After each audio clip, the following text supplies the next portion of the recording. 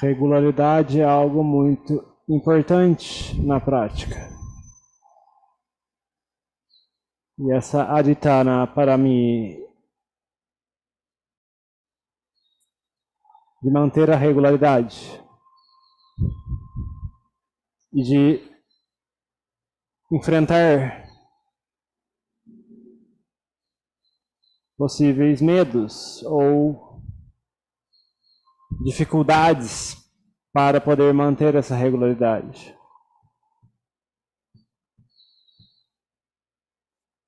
Exemplo,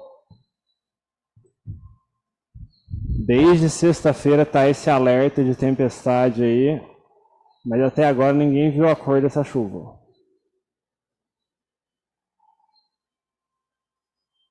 Mas as quilesas gostam de arranjar desculpa, né? Ai, não, melhor ficar em casa. Melhor não vir. Tudo bem, se tiver evidências do risco, assim, tiver no meio da tempestade, realmente, não faz muito melhor ficar em casa mesmo, mas girou pro céu, não tá tendo chuva, olha a previsão do tempo.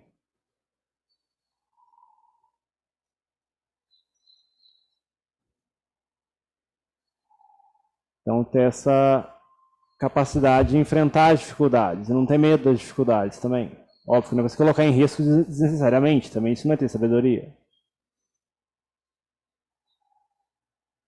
Mas também não se assustar com qualquer coisinha, ou possibilidade remota de alguma coisa acontecer. A gente enfrenta as dificuldades, faz um esforço a mais. Tem dias que a prática vai ser mais fácil, tem dias que a prática vai ser mais difícil.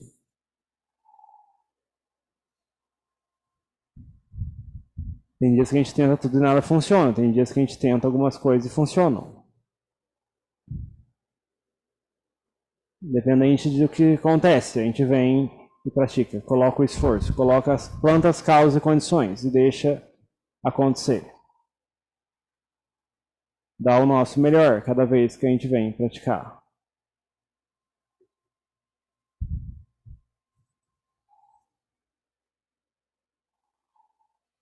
Quando os monges vão em peregrinação, tipo que eles foram agora recentemente lá no sul, tudo, as questões básicas ficam muito incertas. Questão de comida, questão de local para dormir, local para tomar banho, lavar panos. Tudo isso vai pelo espaço. Você não sabe o que vai ter para comer, quando que vai ter para comer. Você não sabe onde que vai dormir. Não sabe se vai dormir. Está exposto aos elementos, não sabe se vai ter uma tempestade, se não vai ter uma tempestade. Mesmo que tenha, você não pode fazer muita coisa a respeito.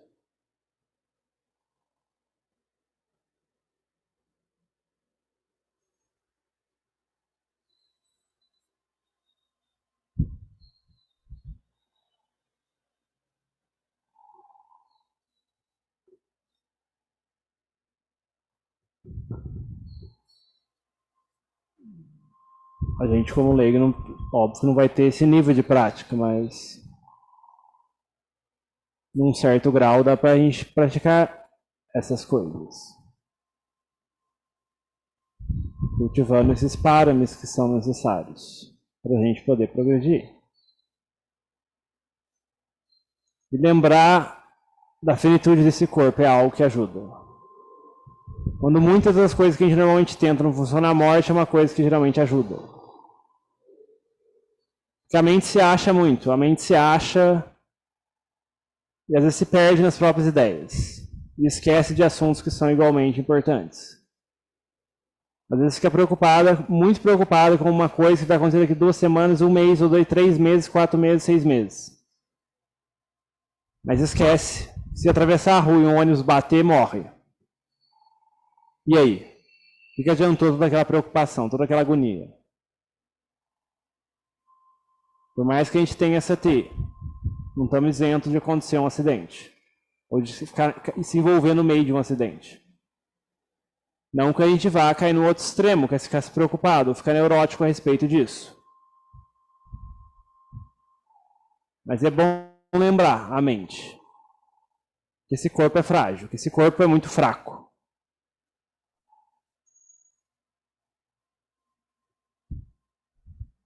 Bater alguma coisa com mais de 50 quilos nesse corpo, esse corpo já quebra todo.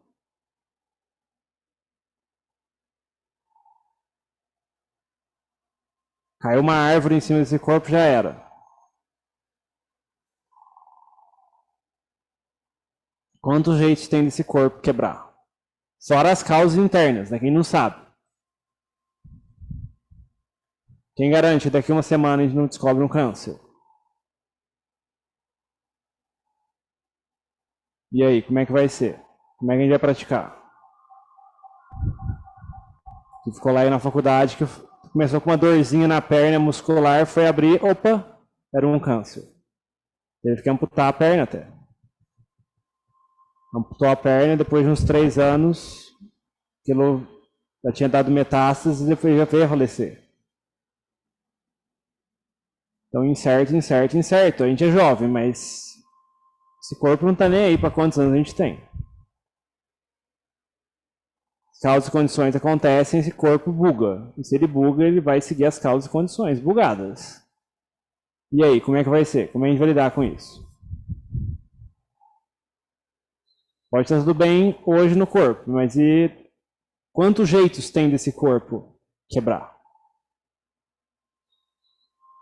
Não é para gerar uma reflexão pessimista disso. Né? E se estiver gerando escuridão na mente, se estiver gerando preocupação demais, neurose ou depressão na mente, então não está certo. Então não tem que olhar para esse assunto. Mas se a mente tem estabilidade suficiente para olhar para isso e acordar, dar aquela acordada, assim, jogar um balde de água fria na cara da mente. Então é bom. Tem que achar o ponto de equilíbrio. Senão a gente faz budô, budô, budô, budô, budô, budô. Não pode deixar a mente cair nesses estados depressivos também. Ela pode cair fazendo esse tipo de reflexão.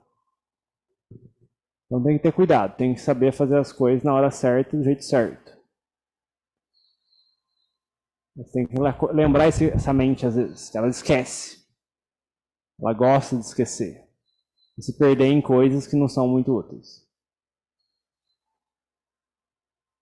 Então o que é realmente prioridade? Como os dias e noites continuam passando, né? Como estamos usando o nosso tempo. Já é 19 de novembro, esse mês que vem já é o Natal. O que a gente conseguiu na prática nesse ano?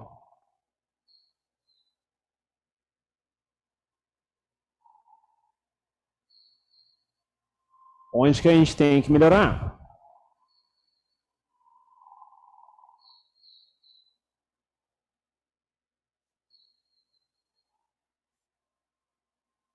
Quando o corpo está saudável, é mais fácil de praticar. Agora, com o corpo quebrado, pode ser muito mais difícil de praticar.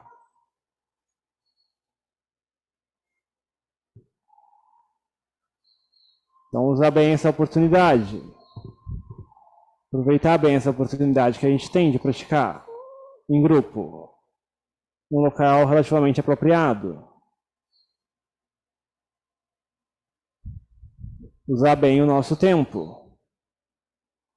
Para depois a mente não ter arrependimentos a respeito disso. Então, se a mente se pacificar, a gente olha para o corpo. Se a mente se cansa de olhar para o corpo, a gente volta e pacifica a mente de novo. Não precisa complicar muito a prática. Tem que pegar e fazer isso agora. Ficar lendo demais os sutras vai se perder nisso. Tem que pegar e fazer. Fazer e ver por conta própria. E acordando a mente devagarzinho para a realidade das coisas. Ver como as coisas realmente funcionam. O que funciona, o que não funciona na mente e no corpo.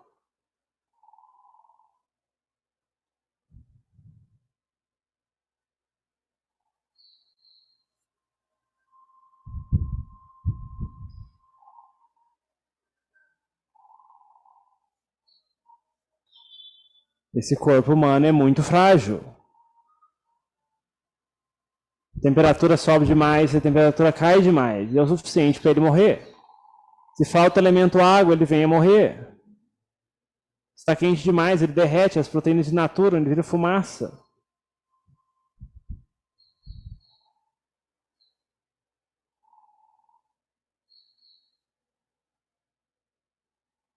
Um pedacinho de metal atravessar esse corpo, pronto, já era.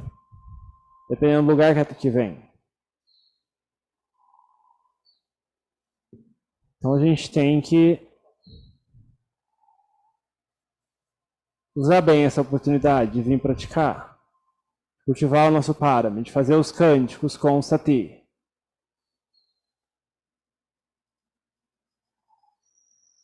Ah, sentou, andou, nada tá dando certo, continua, não aguenta até o fim, aguenta pelo menos. Se nada funciona, pelo menos tem cante. Vai estar construindo algum parami, só de estar aguentando. Eu não acho que é perda de tempo. Ah, um dia minha mente não está sentando para meditar, não está indo para lugar nenhum. Fique até o fim da sessão. Pelo menos tenha cante, vai ter alguma coisa boa sendo construída ali. A mente pode estar viajando no mundo da lua, mas a gente continua bocando esforço. Da próxima vez ser melhor a prática. Então é normal ter os altos e baixos da prática. Com o tempo as coisas vão melhorando. A gente tem que ter paciência no começo, tem que ter paciência e não se desanimar. Uma hora que a mente tiver as condições apropriadas, não precisa ser muito tempo, não precisa ser o último nível de samadhi, mas se a mente tiver condições apropriadas suficientes, ela vai conseguir ver algum pouquinho do Dhamma. E o pouquinho que ela veja é o suficiente para ela ter muito mais energia e curiosidade de olhar para aquilo. E de destruir várias dúvidas que a gente possa ter a respeito da prática. Então a gente não tem que se desanimar, a gente tem que colocar as causas e condições. Deixar os frutos virem por conta própria. Então, Anumodana, os que vieram, que mantiveram a regularidade, que tiveram a disposição de vir, apesar de obstáculos, dificuldades, cuidar mais cedo, talvez, do que o normal. Tem que se deslocar. Tem que fazer sacrifícios. Para poder vir, reunir e praticar juntos, em harmonia, um suportando a prática do outro. Então essas são as reflexões que a gente teria para hoje. Se alguém tiver algum comentário, pergunta, compartilhamento.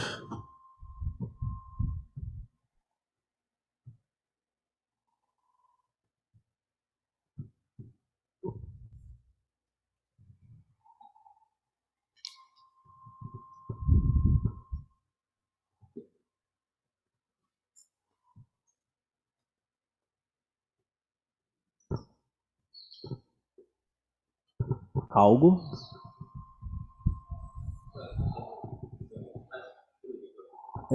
É bom para poder estar saindo na gravação, né?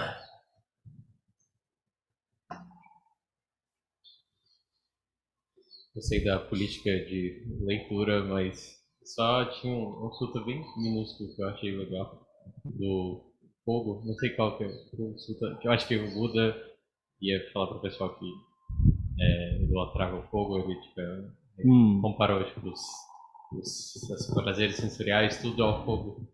Eu achei legal, porque tipo, é basicamente tudo pegando fogo. Eu acho que cada vez mais eu vejo isso acontecendo com as pessoas ao redor. É difícil não ter uma atitude quase pedante, porque eu sei que isso não é positivo, mas ao mesmo tempo também eu fico meio abismado, assim, sabe, às vezes com um tipo de atitude, com uma coisa que com certeza vai ser negativa e as pessoas continuam fazendo, assim, né?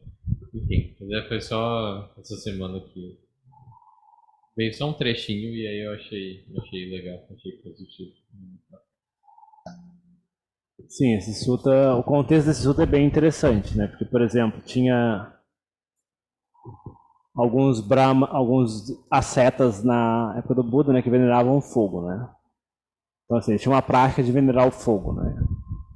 E, assim,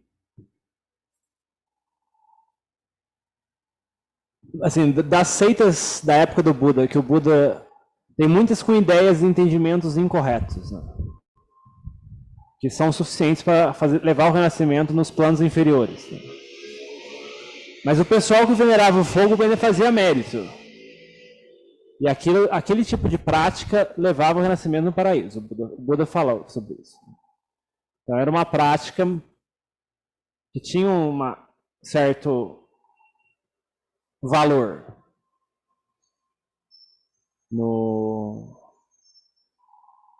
e assim, vem da habilidade também do Buda de como ensinar no contexto, né? Para eles, tipo, eles trabalhavam, a prática deles, a vida deles girava em torno disso, né? Venerar o fogo, né? E aí você usa a palavra fogo, né? No sutta, né? É como usar uma palavra, não sei, não teria de cima pra gente fazer com isso, né? Talvez no Brasil, não, acho que não daria muito certo, né? Falar o sutta do futebol, né? Um time de futebol que é fanático por futebol e aí eles usam aquilo e se iluminam, né?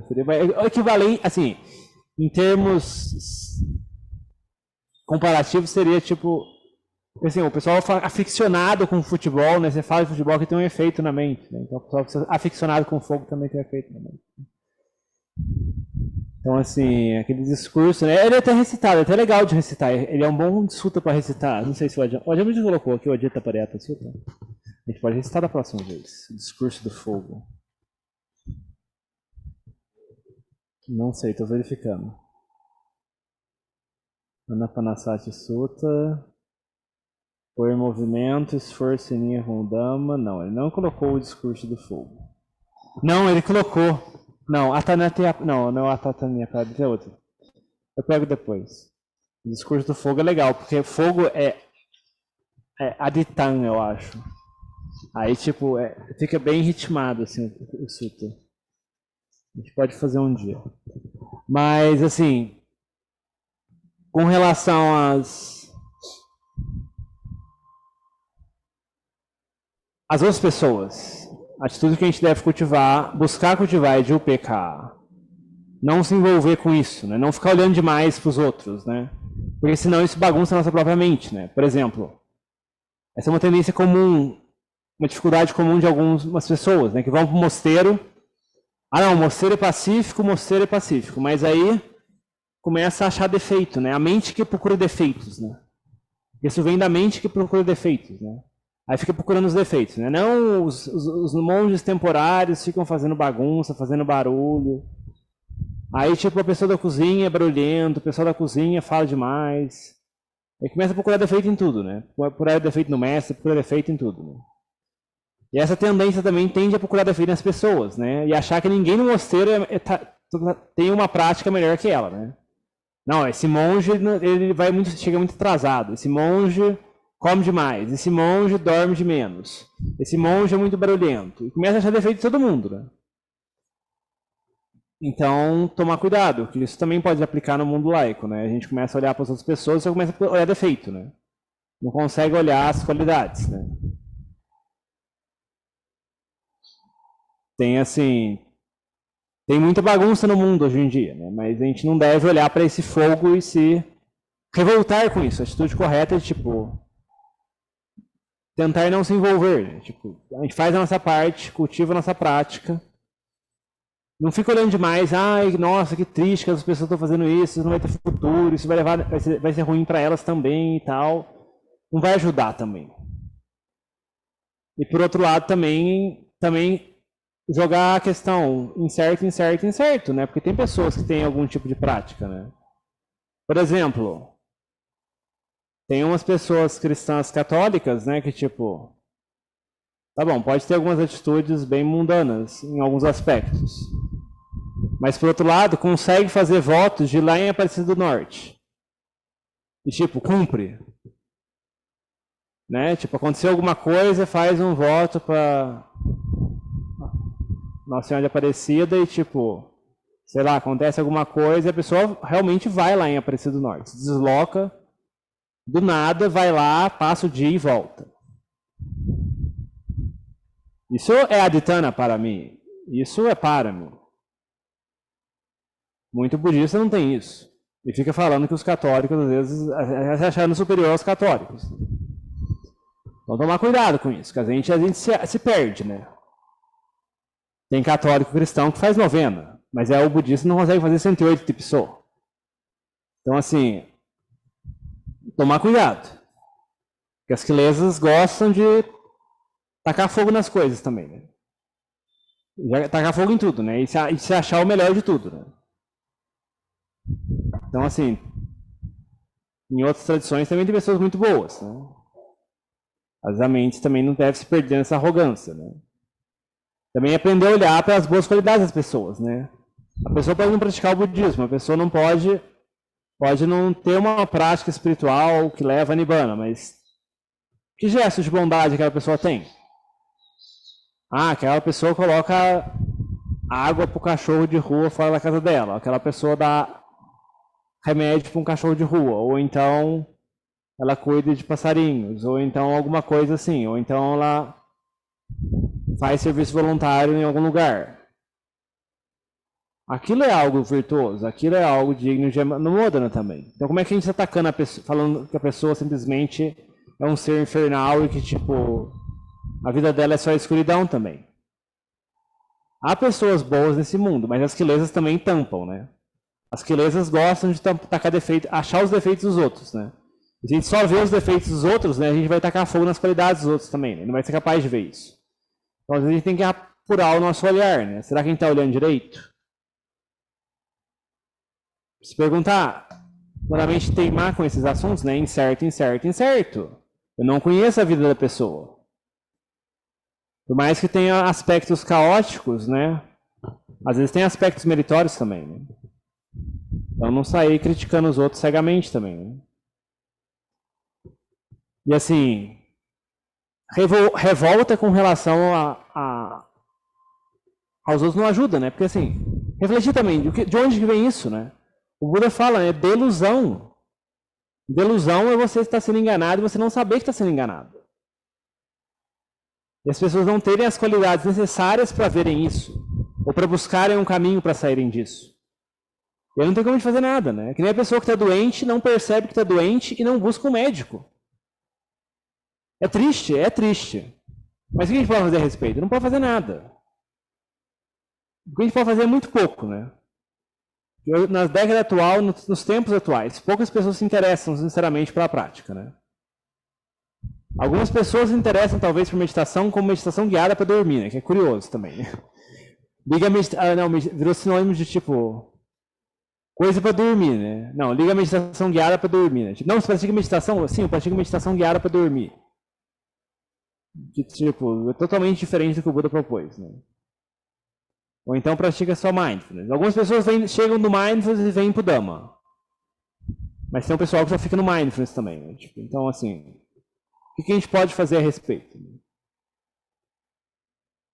A gente tem as condições, assim, porque assim, a gente nasceu no mundo humano. A gente encontrou com os ensinamentos do Buda. E a nossa mente se inclinou em direção a isso. Isso tem a ver com o páramo do nosso passado. Agora, outras pessoas que nasceram no mundo humano ouviram o ensinamento do Buda, ou às vezes já leram livros a respeito, nunca se interessaram em buscar realmente aquilo. Então não é por falta de propaganda ou de marketing, mas é por causas internas. Se as causas internas não estiverem maduras, a pessoa não vai buscar isso. Você vê, é causa e condições. É triste, mas é causa e condições. A pessoa não tem páramo para se interessar pelo assunto. Talvez ela leia um livro hoje, daqui 100 vidas ela se interesse. Ela se lembre daquilo e vai, lembra quando eu li aquele canal do Buda falava sobre o sofrimento, né? Talvez isso faça sentido, né? Vou tentar praticar isso. Às vezes são sementinhas que estão sendo colocadas lá, né? Então cada um tem seu tempo. Não temos que preocupar com as causas e condições dos outros, né? A gente faz a nossa parte, cuida da nossa prática. Agora os outros é assunto dos outros, né? Ele não sabe quais causas e condições estão na vida deles. Né? Isso tira a revolta, né? Tem que ver, analisar em termos de karma, de renascimento, né? De mérito, de parame. Aí não tem problema. Ué, as causas e condições para eu me interessar pelo Dhamma estavam presentes, logo eu me interessei e me dedico a isso. A outra pessoa não tem interesse, porque não tem causas e condições para isso. A revolta tem que ser capaz de desaparecer da mente, quando a gente reflete dessa forma. Então, você vê, tem que sempre analisar em termos de causas e condições. E aí a mente para de brigar. A mente para de revoltar. E a mente vai ter paz. Não vai ficar encucando com os assuntos dos outros. Né? Não sei se isso ajuda de alguma forma. Algo mais?